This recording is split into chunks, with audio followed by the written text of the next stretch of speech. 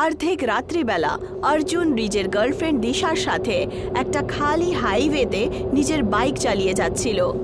অর্জুন, তোমার কারণে আমরা বাড়ি পৌঁছতে লেট হয়ে গেছি। মম আমার অপেক্ষা করছে নিশ্চয়ই। তক্ষুনি অর্জুন বাইক দাঁড় করিয়ে দেয়। তুমি বাইক কেন দাঁড় করিয়ে দিলে? দেখো দিশা, যদি আমাদের সোজা রাস্তা ধরে যাই তাহলে বাড়ি পৌঁছতে পৌঁছতে 11:30 বেজে যাবে। আমরা বরং শর্টকাট রাস্তা দিয়ে একটু ঘুরে যাই।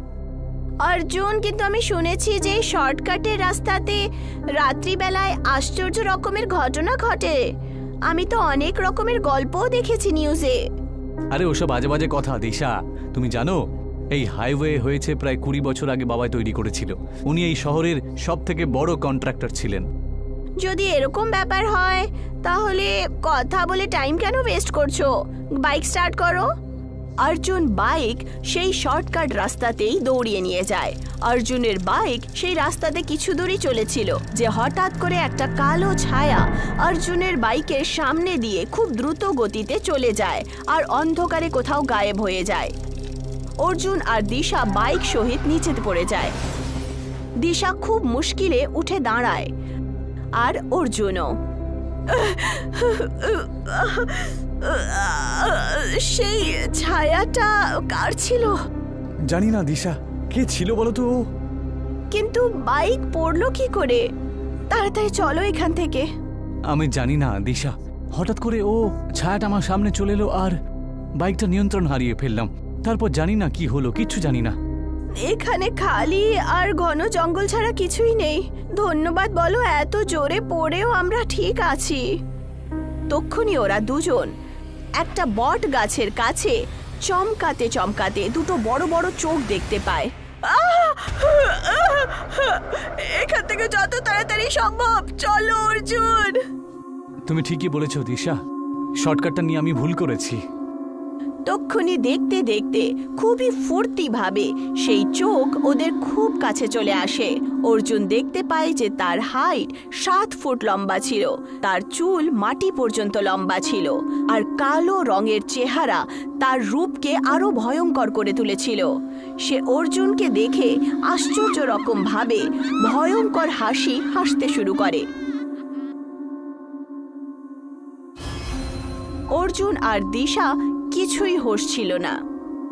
কিছুক্ষণ পর সে দেখতে পায় যে দিশা মাটিতেই অজ্ঞান হয়ে পড়ে আছে। দিশা ওঠো, তাড়াতাড়ি ওঠো। কি হয়েছে তোমার? এখান থেকে তাড়াতাড়ি বেরোতে হবে। ওঠো দিশা, ওঠো। অর্জুন, অর্জুন, আমার খুব ভয় করছে। সেই ভয়ঙ্কর দেখতে মহিলা কে ছিল বলো? তার চোখ কত ভয়ঙ্কর ছিল, তার চেহারা তো একেবারে পেতনির মতো ছিল। জানি না দিশা, ওইটা কি ছিল কে জানে। এর মানে এখানকার যে কথাবার্তা বলে লোকে, সেটা সত্যি। সত্যি এই হাইওয়ের পাশ দিয়ে কিছু একটা উল্টোপাল্টা হয় বই কি। হয়তো সেই ডাইনি বা পেতনিটা, বুঝলে? আমার খুব ভয় করছে অর্জুন। জানি না কেন আমার আশ্চর্য রকম লাগছে। চিন্তা করো না দিশা, চলো আমরা এখান থেকে বেরোই এবার। আকাশে কালো মেঘ এসে গেছিল। বাইকের অবস্থা খুবই খারাপ ছিল, সেটা চলার অবস্থাতে তো একদমই ছিল না। এখন আমরা কি করব অর্জুন? আমরা এখান থেকে পায়ে হেঁটেই বেরিয়ে যাব, ঠিক আছে? আমার তো মনে হয় না যে রাত্রিবেলা এখান দিয়ে কোনো যানবাহন যাতায়াত করে যার থেকে আমরা লিফট নিতে পারি। তুমি ঠিক বলছো অর্জুন। এই খালি হাইওয়েতে আমাদের দুজনকে ছাড়া দূর দূর পর্যন্ত কেউই নেই। এইটুকু বলে দিশা আর অর্জুন হাঁটতে শুরু করে, কিন্তু তারা যত দূর যেত আবার ঘুরে ফিরে ওই জঙ্গলেই চলে আসতো। এসব কি হচ্ছে অর্জুন? আমরা কত ঘন্টা ধরে হাঁটছি, কিন্তু ঘুরে ফিরে আমরা আবার এই জায়গাতেই চলে আসছি। আমিও কিছু বুঝতে পারছি না দিশা, এসব হচ্ছেটা কি? তক্ষুনি হঠাৎ করে দিশার চোখ পড়ে একটা ভাঙা চোরা ধাবার দিকে, যেখানে 100 ওয়াটের একটা বাল্ব জ্বলছিল। তার আলো দূর থেকেই দেখা যাচ্ছিল। আমার মনে হচ্ছে আমাদের অ্যাক্সিডেন্ট হয়েছিল, আর আমরা ভয়ের কারণে এই ধাবাটাকে দেখতেই পাই না। জ্ঞান ফেরার পরে আমরা প্রচন্ড ভয় পেয়েছিলাম। চলো গিয়েই দেখি না, হয়তো আমরা কোনো সাহায্য পেতে পারি। ওরা দুজন সেই ধাবার কাছে চলে যায়। অর্জুন ওখানে বসে থাকা লোকেদেরকে খুব মন দিয়ে দেখছিল। হঠাৎ করে তার কাছে একটা আশ্চর্য দেখতে ছেলে এসে বলে ওঠে। বলুন আপনারা কি খেতে চান, এখানে সব কিছুই পাওয়া যায়। সেই ছেলেটাকে দেখে দিশা প্রচন্ড ভয় পায়। কিছু লাগবে না, শুধু এক গ্লাস জল দাও আর 2 কাপ চা দাও। আমাদের কিছুক্ষণ আগে অ্যাক্সিডেন্ট হয়েছিল। এখানে অ্যাক্সিডেন্ট হওয়াটা কোনো নতুন ব্যাপার নয় বাবু। এখানে রাত্রে যারাই আসে তাদের বেশিরভাগ সময় অ্যাক্সিডেন্টই তো হয়। এইটুকু বলে সে চলে যায়। ও কি বলে গেল? কি মানে ছিল এর? সেটা তো আমিও বুঝতে পারলাম না দিশা। এখন আমারও এই ধাবাতে খুব অদ্ভুত একটা অনুভূতি হচ্ছে। অর্জুন ঘড়িতে যখন চোখ দাগায় তখন সে দেখতে পায় ঘড়িতে সকালের 4টে বাজে। কিছুক্ষণের মধ্যেই সকাল হয়ে যাবে দিশা। যেই সকাল হবে আমরা এখান থেকে বেরিয়ে যাব। তক্ষুনি সেই ছেলেটা চা নিয়ে তাদের দুজনের সামনে চলে আসে। অর্জুন আর দিশা যেই মাত্র 1 ঘুঁট চা খায়, চা খেয়ে ওরা দুজন ভয়ঙ্করভাবে বমি করে ফেলে। এটা চা না বিষ? হঠাৎ করে ওদের দুজনের চোখ চায়ের কাপের ভেতরে পড়ে থাকা মানুষের কাটা আঙুলের ওপর যায়। অর্জুন, দেখো এর মধ্যে তো কাটা আঙুল পড়ে আছে। ওই আঙুলটাতে একটা আংটি আছে। এরকম আংটি তো আমিও পরে রেখেছি। অর্জুন, আমরা খারাপ জায়গায় ফেসে গেছি। দিশা এইটুকু বলেই ছিল। দেখতে দেখতেই ধাবাতে যতগুলো লোক ছিল সবার চেহারা খুবই ভয়ঙ্কর হয়ে ওঠে।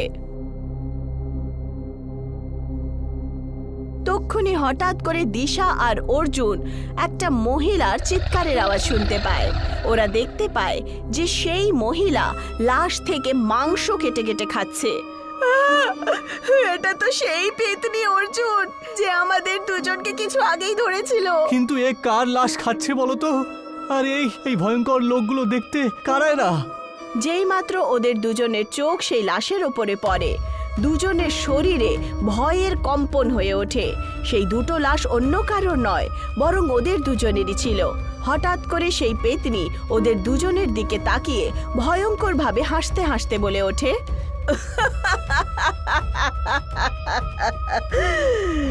এইভাবে কি দেখছো তোমরা দুজন? তোমরা দুজন তো সেই সময় মরে গেছিলে যখন তোমরা তোমার বাইক থেকে পড়ে গেছিলে। যেই সব লোকেদেরকে তোমরা এই ধাবাতে দেখছো ওরা সবাই মৃতদেহ। হঠাৎ করে সেই পেতনি একটা সুন্দর মহিলায় পরিবর্তিত হয়ে যায়। কে তুমি?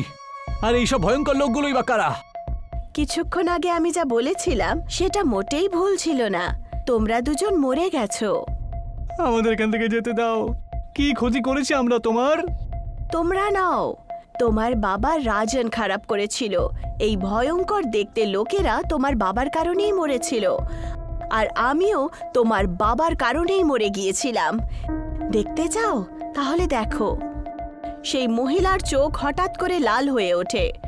অর্জুন আর দিশার উপরে অজ্ঞানের মতো অবস্থা হয়ে যায়, আর ওদের দুজনের চোখের সামনে একটা পুরনো দৃশ্য চলতে শুরু করে। একটা রোডের কাছে একটা ধাবা ছিল। সেই ধাবার ভেতরে রাজন নিজের বিজনেস পার্টনার টলির সাথে বসেছিল।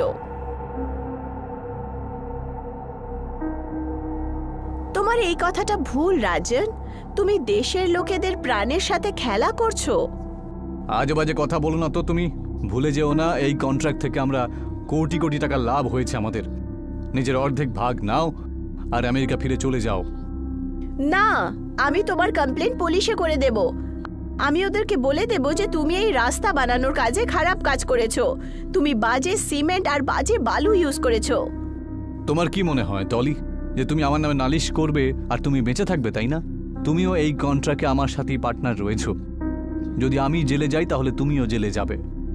এইটুকু বলে রাজন ধাবা থেকে নিজের সাথী মনোজের সাথে বাইরে বেরিয়ে আসে।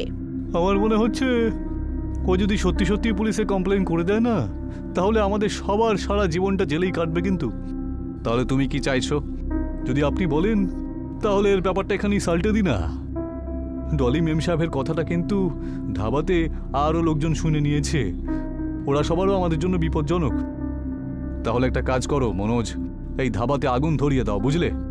আর সবাইকে এখানে শেষ করে দাও। তবে সবাই এটাই বুঝবে যে আগুন লেগে যাবার কারণেই সবাই মারা গেছে, আর আমাদের ওপরে আর কেউ সন্দেহও করবে না।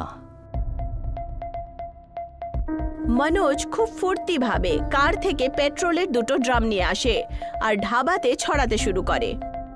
এটা তুমি কি করছো? পাগল হয়ে গেছো নাকি তোমরা? কিছু না ডলি ম্যাম সাহেব, আসলে ব্যাপারটা হলো গিয়ে আপনি একটু প্রয়োজনের থেকেই বেশি দেশভক্ত, আর যারা দেশভক্ত লোকজন রয়েছে তাদের সামনে শহীদ লেখাটা তো ভালোই লাগে, কিন্তু তার জন্য যে আপনাকে মরতেই হবে। এইটুকু বলে মনোজ লাইটার জ্বালিয়ে দেয়। দেখতে দেখতে সেই ধাবা আর ওখানকার লোকেরা ওখানেই জ্বলে পুড়ে মৃত হয়ে যায়। হঠাৎ করে সেই দৃশ্য দিশা আর অর্জুনের সামনে থেকে চলা বন্ধ হয়ে যায়। এখন তাদের সামনে সেই ভয়ঙ্কর মহিলাই দাঁড়িয়েছিল। যেই রাত তোমার বাবা আমাকে আর ধাবার অন্যান্য লোকেদেরকে পুড়িয়ে ফেলেছিল, সেটা অমাবস্যার রাত ছিল। এই ঘটনার 1 বছর পর তোমার বাবা আর মনোজ এই রোডেই অ্যাক্সিডেন্টে মারা যায়। ওদেরকে আমিই মেরেছিলাম। তোমার বাবা শর্টকাট করে তাড়াতাড়ি ধনী হতে চাইছিল। জীবনের শর্টকাট খুবই বিপজ্জনক হয়। এইটুকু বলে সেই ভয়ঙ্কর মহিলা আর বাকি সমস্ত লোকেরা উধাও হয়ে যায়। দিশা আর অর্জুন বুঝে গেছিল যে ওরা সত্যি সত্যিই মরে গেছে।